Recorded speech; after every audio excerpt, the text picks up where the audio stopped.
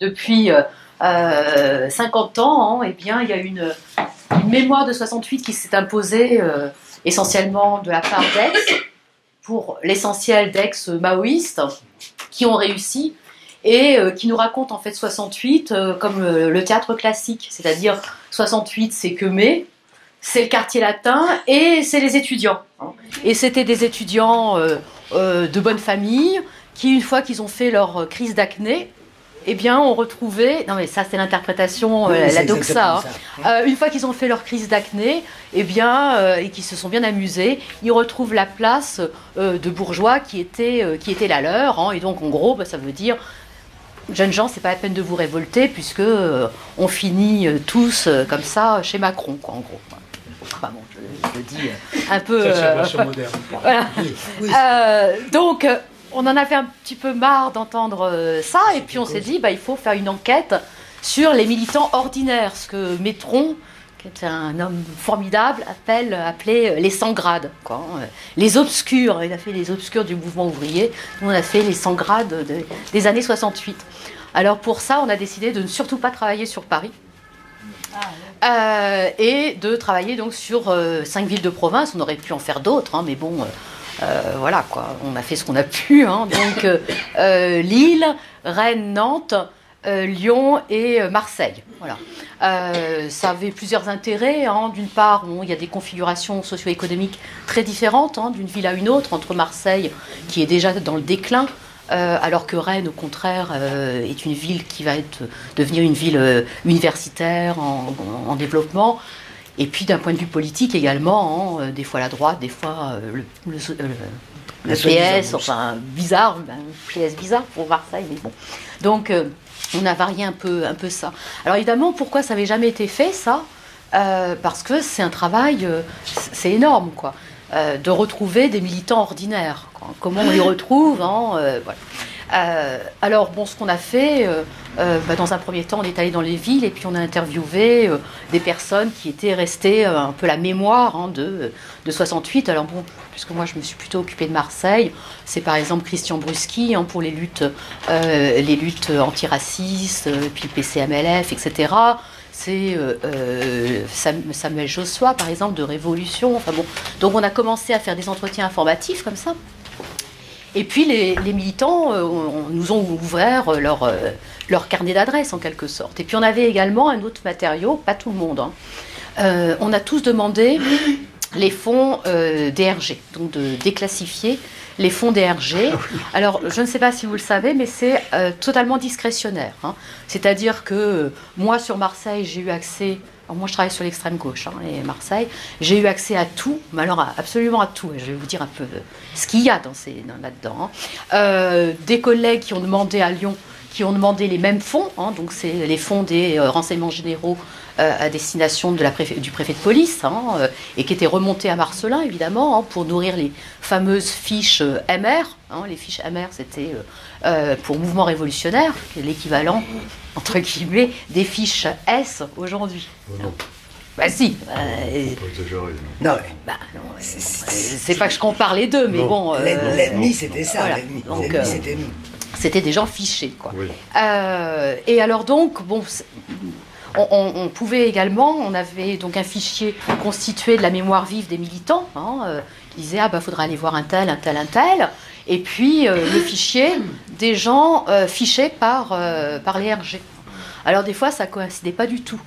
Pour certains, oui, et puis il y avait dans des délires des RG, par exemple, j'évoquais Samuel Jossois, qui était évidemment fiché, évidemment suivi, etc. Et il avait une fiche qui intitulée Samuel Jossois, terroriste international. Non, mais pour vous dire, Moi qui l'ai bien connu. Pour vous dire, voilà. Alors qu'est-ce qu'on trouve dans ces fichiers RG? On trouve donc les fiches amères. Alors pour nous, pour les sociologues, alors évidemment aujourd'hui l'ultra-gauche, les zadistes, ils disent que les sociologues, on est des socioflics, on fait un peu le même travail, parce que c'est vrai que les fiches amères nous apprennent beaucoup, parce qu'on a les origines familiales, hein, Samuel Josua, né le temps, de père temps, etc. Quoi, hein. On a l'adresse et puis on a une série, voilà, il a été arrêté, il a été ceci. Donc ça, c'est les fiches amères. Et puis on a également tous les rapports des indiques, parce qu'en fait, il y a beaucoup d'organisations, et la principale, qui était la plus noyautée, c'était le PCMLF. Et donc il y avait des indicateurs, hein, alors évidemment les noms sont gommés, hein, ça va sans dire, hein, qui font des rapports, etc. Hein, donc les RG savaient très bien que le PCMLF allait scissionner des mois avant que la scission ne soit effective, par exemple. Hein. On a également des lettres de délation. Donc on a quand même un matériau assez considérable. Donc partant de là, on a fait une cartographie en fait des espaces militants, parce qu'évidemment le poids de telle organisation est différent d'une ville à une autre, hein, et donc on a essayé d'évaluer le rapport de force, quoi, hein. Par exemple le PSU, à Marseille il était plutôt chétif, on va dire, hein, alors qu'au contraire à Lyon ou à Lille. Et donc à partir de là, on a décidé de calibrer en quelque sorte. On s'est dit, en fonction des rapports de force entre les différentes familles, parce qu'on travaille à la fois sur les syndicalistes, alors les syndicalistes, c'est toujours la CGT, la CFDT, et puis dans le Grand Ouest, c'était également, mais on n'a pas fait FO parce que c'était anti-gréviste, donc dans le Grand Ouest, des syndicats de paysans aussi. Parce que, il y avait aussi... FO était vachement puissant. Oui, mais bon, à Marseille aussi, mais c'était plutôt une force jaune, quoi. Non, mais en l'occurrence, pas Nantes. Donc, voilà, donc ça, c'était pour les syndicalistes. Les gauches alternatives, ce qu'on a appelé les gauches alternatives, c'est-à-dire à la fois l'extrême gauche et le PSU, voilà. Et puis, sur certaines villes, il fallait aussi faire un peu d'anarchistes. Par exemple, à Lyon. Et puis, l'autre grande famille, c'était les féministes. Voilà. Donc, à partir de là, on a calibré. Alors, c'est évidemment pas un échantillon représentatif. Au total, on a rassemblé à peu près 8000 noms, enfin 7760 très précisément, de militants ordinaires. Hein, et puis après, on n'allait pas voir des figures. Par exemple, je vous disais que j'ai fait des entretiens avec Bruschi ou avec Josua, mais je n'ai pas fait d'entretien récit de vie avec ces leaders, même locaux, quoi. J'ai fait des récits de vie avec des gens... donc voilà, à peu près 7000. Et puis, sur les 7000, on a fait des entretiens donc, de type récit de vie, à peu près 400. Sur toute la France. Hein. Et notre objectif, c'était évidemment de comprendre comment ils se sont engagés, mais surtout de comprendre ce que l'engagement avait fait à leur vie. Donc, c'est des gens de 70 ans, on leur demandait en fait de dérouler toute leur vie, hein, pour voir quelles étaient les incidences du militantisme sur la carrière professionnelle, sur la carrière affective, sur le rapport aux enfants, etc. Quoi. Donc, c'est des entretiens qui durent entre 3 et pour certains jusqu'à 8 heures. Vous avez fait 400. Oui. 400 entretiens dans le directif de 3 à 8 heures. Oui. Vous étiez combien? On est une trentaine. C'est impressionnant. Et alors, en plus, on associait, mais alors vous n'allez pas trop le voir là, on associait une nouvelle méthode. Bon, je ne vais pas vous assommer de méthode, mais je vais vous expliquer un peu à quoi ça sert, qui est ce qu'on appelle les calendriers de vie. Les calendriers de vie, en fait, ça vient pas des sciences sociales, hein, ça vient des sciences dures, hein, en biologie, hein, avec les questions sur l'ADN. Alors attendez, je vais essayer de vous en retrouver. Enfin, il y en a un. Alors ça vous dit rien, évidemment, parce que là, c'est tout petit, hein, mais les calendriers de vie, ça se présente... C'est une grande feuille, comme ça, hein, de toutes les couleurs, où on va inviter les militants à remplir toutes les cases, hein, c'est-à-dire de leur naissance jusqu'à aujourd'hui, où est-ce qu'ils habitent, avec qui ils ont habité, en communauté, avec leurs compagnes, voilà, en internat, hein, quel type d'études ils ont fait. Bon, la vie affective également, hein, les mariages, les divorces, etc., les enfants. Quel type d'études, quel type de profession, et puis toute la colonne militant, quoi. Organisation militante, syndicale, politique, etc. Là, ça ne vous dit rien parce que c'est tout petit, mais je vous dis, ça fait un fichier, enfin, ça fait une feuille énorme comme ça. Alors, pourquoi on a fait ça? mais je ne rentre pas trop dans les détails, mais c'est très intéressant parce que ça nous permet, parce qu'évidemment avec 400 entretiens, la mémoire, on n'a pas la mémoire pour retenir 400 vies, quoi. Bon. Alors, avec ça, on va faire un traitement quantitatif d'un matériau qui est les qualitatifs, qui sont les récits de vie. On a les récits de vie et puis on a le calendrier de vie de la personne, année par année. Et l'intérêt, c'est qu'on va voir, et on le voit vraiment, qu'il y a des années où les vies changent, où les vies bifurquent. Par exemple, 68, est-ce que ça a conduit des gens à changer totalement de trajectoire, ou une autre date. Donc on va voir d'une part des années particulièrement denses, ce qui nous permet de voir que le militantisme est très lié par exemple à la carrière affective. Qu'est-ce qui bouge le plus ensemble? Le militantisme avec la carrière professionnelle ou le militantisme avec la vie affective? En fait, c'est plutôt la vie affective. Voilà. Et puis ça nous permet également de faire des trajectoires types. C'est-à-dire que là aussi, par ces outils quantitatifs, eh bien, on voit à peu près 6 types de trajectoires type, ce qui, moi, m'autorise à dire, ben voilà, Lola, elle est représentative du type, d'un point de vue sociologique, du type 3. Donc moi, si je dis Lola, elle est représentative du type 3, faut me faire confiance, quoi. Mais là, je peux vraiment vous le dire parce que je la sors du calendrier de vie, en quelque sorte. Voyez, donc c'est irréfutable. Typologie argumentée. Voilà. Alors maintenant, quelles sont les conclusions, peut-être? Vous avez commencé ce travail quand? On l'a commencé en 2012. Et donc, vous n'avez que les genoux. Comment ça, j'ai que les genoux? Là, vous l'avez pris. Ah bah, ça, malheureusement, oui, les morts, je ne peux pas les faire parler. Eh oui, bon. parce que 68, c'est pas que les gens qui avaient 20 ans. Oui, mais enfin, bon, effectivement, là, en moyenne, ils avaient 20 ans en 68. Ça, c'est vrai. Ça, c'est vrai. Oui, oui. Mais bon, ça, malheureusement, bon, on peut pas... je ne peux pas ressusciter les morts. Vous auriez pu en faire qui est plus âgé en 68. Moi, j'en ai non, mais je dis en moyenne, mais en fait, il y a trois générations. Il y a, et les plus âgés sont les syndicalistes d'ailleurs. La première génération, c'est ceux qui étaient déjà très engagés, et en général ils s'engagent à partir de la guerre d'Algérie, évidemment, voilà, donc qui sont nés à partir de 1937 à peu près. Il y a ceux qui s'engagent, donc plus jeunes évidemment, entre 66 et 68. Alors là, dont le moteur, c'est plus la guerre d'Algérie évidemment, c'est essentiellement le Vietnam, voilà. Et puis il y a ceux qui s'engagent après 68 jusqu'en 74. On avait mis à peu près ces bornes-là. Il n'y a pas que des jeux d'eau. Voilà. Mais en moyenne, ils avaient effectivement 20 ans pour ce qui est des gauchistes. Pour les femmes, elles sont plus jeunes, en moyenne, puisque les féministes, ça vient un peu après.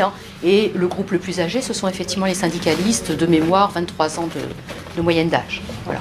Et puis au niveau homme-femme, ça c'était équilibré. Peut-être en 3 phrases, les conclusions. Alors, les conclusions, ça donne un portrait de ces militants ordinaires de province de 68 qui a rien à voir avec l'image renvoyée par Cohn-Bendit, Gesmar, Romain Goupil, etc. D'une part, ce ne sont pas des héritiers. Bourdieu disait, voilà, ceux qui se sont le plus révoltés, c'est ceux qui étaient de bonne famille. Voilà. C'est pas vrai. C'est pas vrai puisque sur notre population, donc de 400, on n'a que 20% d'individus qui sont de classe supérieure, enfin de familles de classe supérieure. La très grosse majorité, alors je ne parle pas pour les syndicalistes qui eux déjà travaillaient, c'est des gens qui accèdent à l'université pour la première, enfin c'est les premiers de leur famille à accéder à l'université. Et ça c'est très très important parce qu'ils vont être confrontés à vraiment un sentiment de décalage, à la fois évidemment une aspiration par la famille à l'ascension sociale, c'est souvent de bons élèves qui ont un rapport tout à fait particuliers à la culture, hein, qui lisent beaucoup, hein, qui font état d'influences d'aumôniers, par exemple, ou de professeurs qui les ont politisés en quelque sorte. Hein. Et puis, ils découvrent un monde où ils sont désajustés en quelque sorte, hein, ce qui peut expliquer un peu l'humeur de rébellion, hein, qui va les animer. Autre caractéristique, c'est des gens qui, très majoritairement, sont restés engagés. Par exemple, sur la population, parce que je pense que c'est celle qui vous intéresse le plus, des gauchistes, entre guillemets, hein, sur à peu près un peu moins de 200 personnes, hein, on ne constate que 20 retraits définitifs du militantisme. Retraits définitifs. Pour les autres, on a deux types de trajectoires militantes. Hein. On a des militantismes continus. Alors très classiquement, ça commence par exemple pour la famille gauchiste par un parti et ensuite soit ils sont orphelins d'organisation, soit ils quittent le parti. Hein. Ils sont très critiques à l'égard de la forme parti, mais ils vont continuer à militer dans le syndicalisme. Et ça, c'est des trajectoires continues. On a beaucoup de passages, hein, de militants d'extrême gauche qui étaient par ailleurs CFDT, hein, qui vont ensuite être, par exemple, Sud, hein, et donc des continuités comme ça. Et l'autre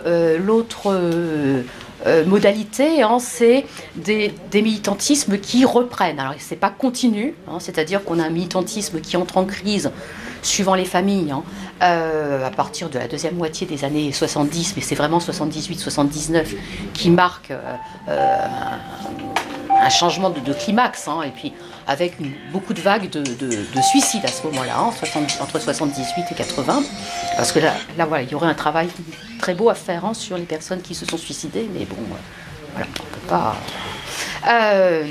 Donc un retrait, hein, puis ça c'est lié aussi au fait qu'ils ont par exemple des enfants, etc.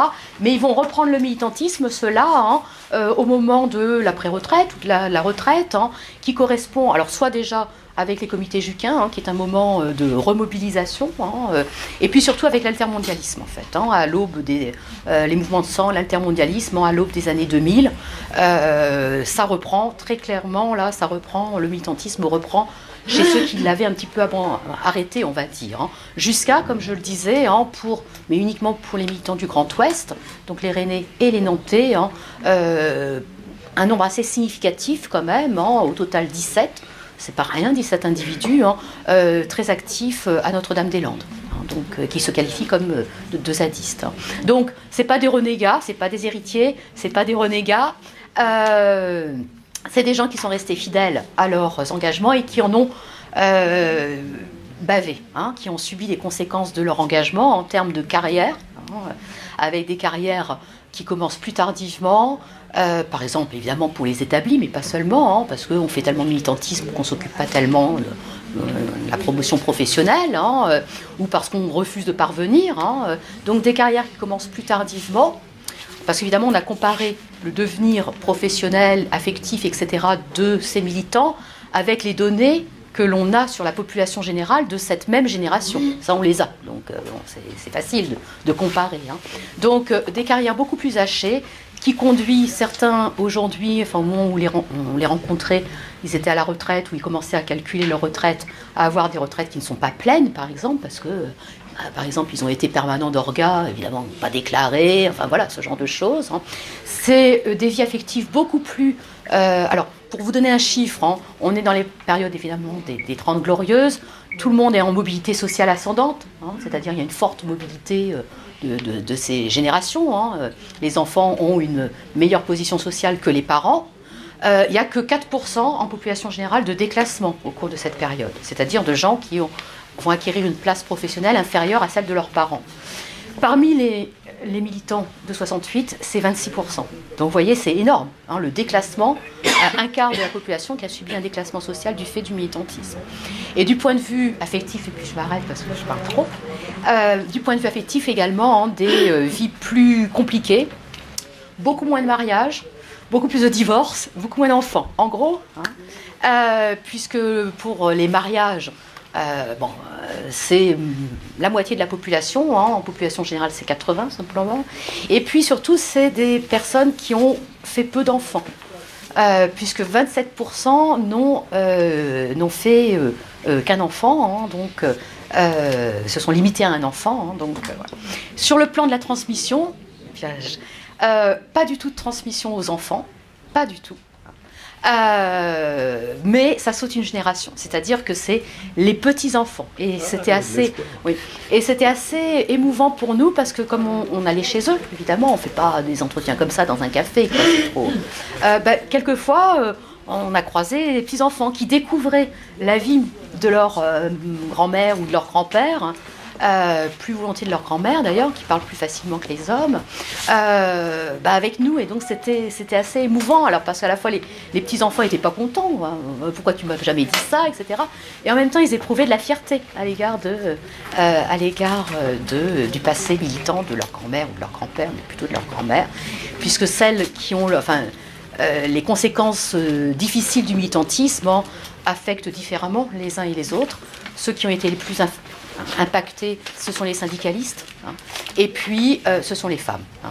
Sur le plan affectif, la vie affective des militantes a été beaucoup plus impactée négativement par le militantisme, mais il y a un sentiment général, hein, aucun reniement, hein, une grande fierté, un grand bonheur d'avoir connu ces années-là. Voilà, en gros. Merci. Merci.